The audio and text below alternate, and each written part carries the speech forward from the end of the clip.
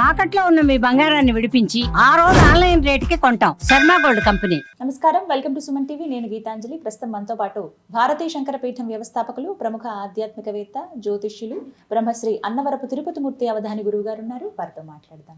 గురుగారు నమస్కారం అండి. ఓం శ్రీ మహాగణాధిపతయే నమః. గురుగారు, మాఘ అమావాస్య 17వ తారీఖైనా అండి. అవును. అలాగే ఇంకొక ప్రశ్న, గ్రహణం. సూర్యగ్రహణం అంటున్నారు, ఎంతవరకు నిజం? అసలు మనకి పట్టు విడుపులు అవి మనం పాటించాలా? గ్రహణం మనకి వర్తిస్తుందా, వర్తించదా?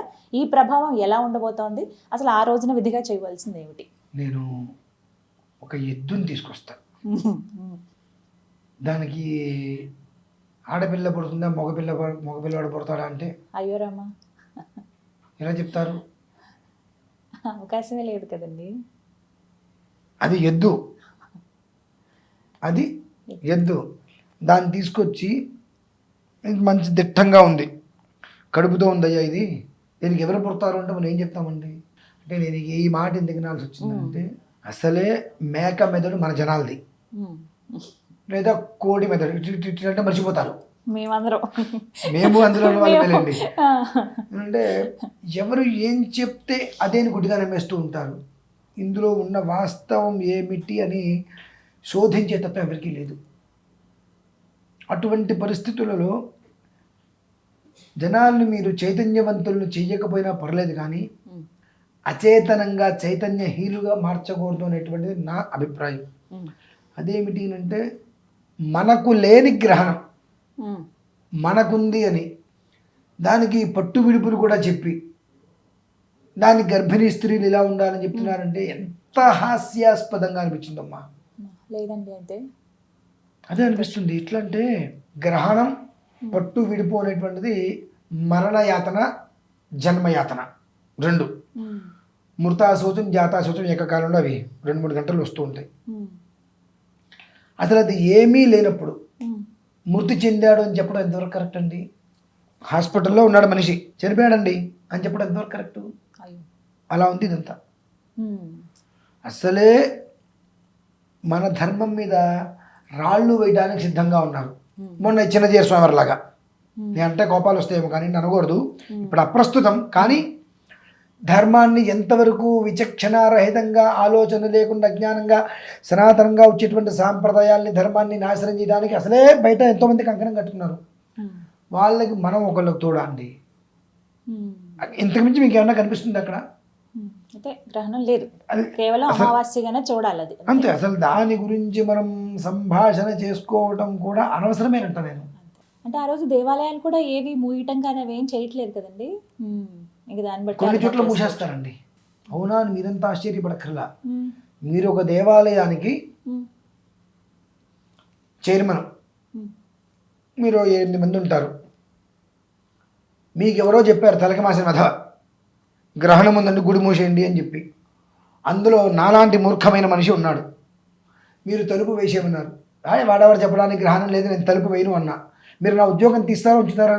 ఆ స్థాయిలో ఉన్నప్పుడు ఖచ్చితంగా తీసేస్తాం. మీకు అవతల చెప్పిన వాడు ఎవడో గొప్పవాడయ్యాడు. దేవాలయంలో ఇంతకాలం నుంచి ఉంటూ కష్ట సుఖాలని అన్నింటిలో మీతో పంచుకుంటూ ఆ దేవాలయం అభివృద్ధి చేయడానికి సంకల్పం చేసుకుని కంకణం కట్టుకున్నటువంటి గుళ్ళో ఉండేటువంటి అని చెప్తే మీరు నమ్మరా. ఎందువలన? గుళ్ళు అయ్యగారే కదా, మనం జీతం ఇచ్చే అయ్యగారు, మన మాట వినాలి, ఇప్పుడు తీసేస్తాం. ఆ కారణం చేత ఉన్న గుళ్ళు మూసేచ్చేమో. అటువంటి కారణరీత్యా దేవాలయాలు ఏదైనా మూసేచ్చేమో తప్ప అవసరం లేదండి. ఎందువల్లనంటే, ప్రకృతి కూడా మనకు సహకరించినంతసేపే సహకరిస్తుంది. మనం ఇలాంటి పాపిష్టి పనులన్నీ చేసినప్పుడు ప్రకృతి ఏ స్థాయిలో ప్రకోపం వచ్చి దాని యొక్క విజృంభణ మనం చూడగలమమ్మా. నేను 2 రోజుల క్రితం చూసా, సూర్యగ్రహణము ఈ రాశుల వారికి పట్టిందల్లా బంగారమే అన్నాను. గ్రహణము అనంటేనే ఒక రకమైనటువంటి దోషం. ఈ దోషం నుంచి నువ్వు పట్టుకుందల్లా బంగారం అని చెప్పి దానికి దీనికి ఎలా లింక్ వేయగలిగావు?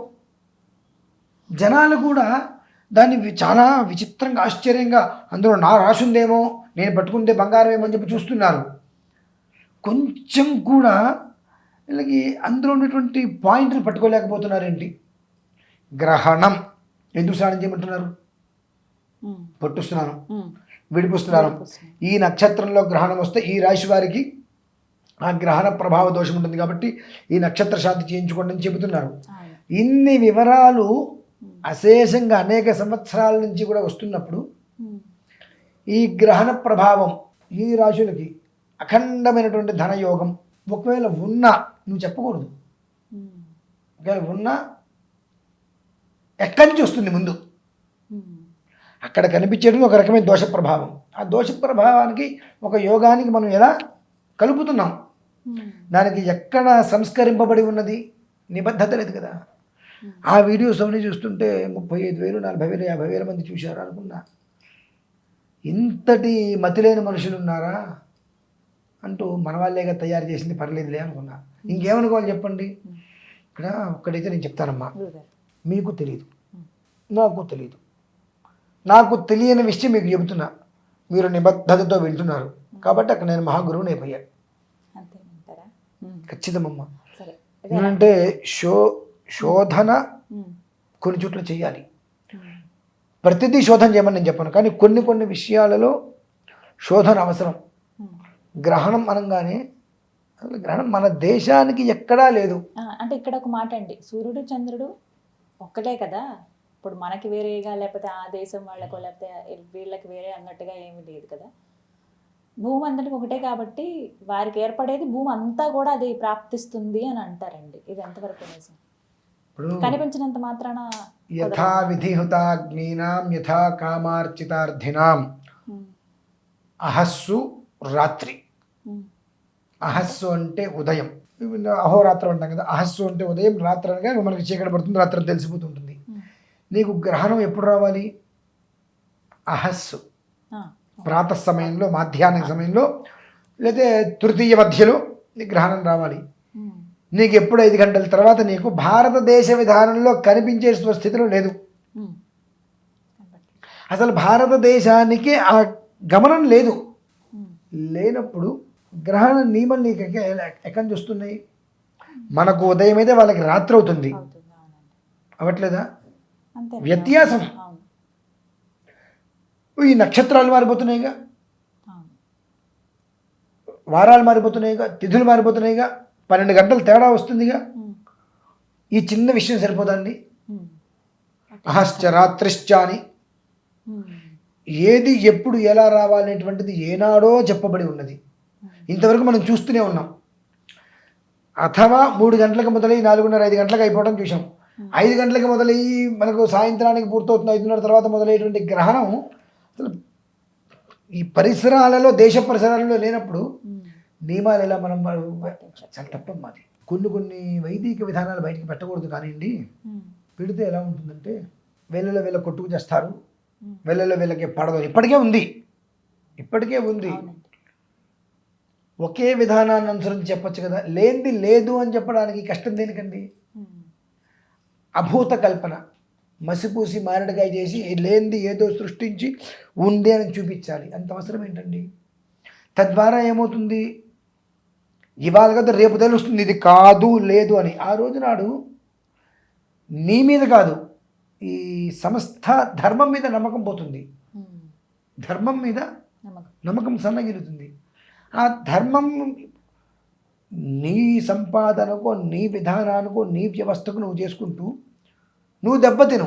సంస్థను ఎందుకు చెడబారిందైనటువంటి వ్యవస్థ అని చెప్పి దాన్ని ఎందుకు చెడగొడుతున్నాం మనం? ఇప్పటికే అనేక రకాలుగా ధర్మనిందలు వస్తున్నాయి, రావట్లేదమ్మా? అనేక రకాల ధర్మనిందలు వస్తున్నాయి, అన్నీ అంతరించుకుపోతున్నాయి, చెబితే వినే దిక్కు లేకుండా పోయింది. ఇటువంటి వాటి వలన ఇంకా పూర్తిగా మనం పాతాళానికి వెళ్ళిపోతున్నాం.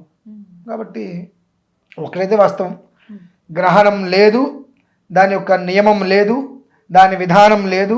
గర్భిణీలు కానీ ఎవరైనా సరే నిన్న ఎలా ఉన్నారో, ఇవాళ ఎలా ఉన్నారు, రేపు ఎలా ఉంటారో ఆ రోజు అలానే ఉండండి.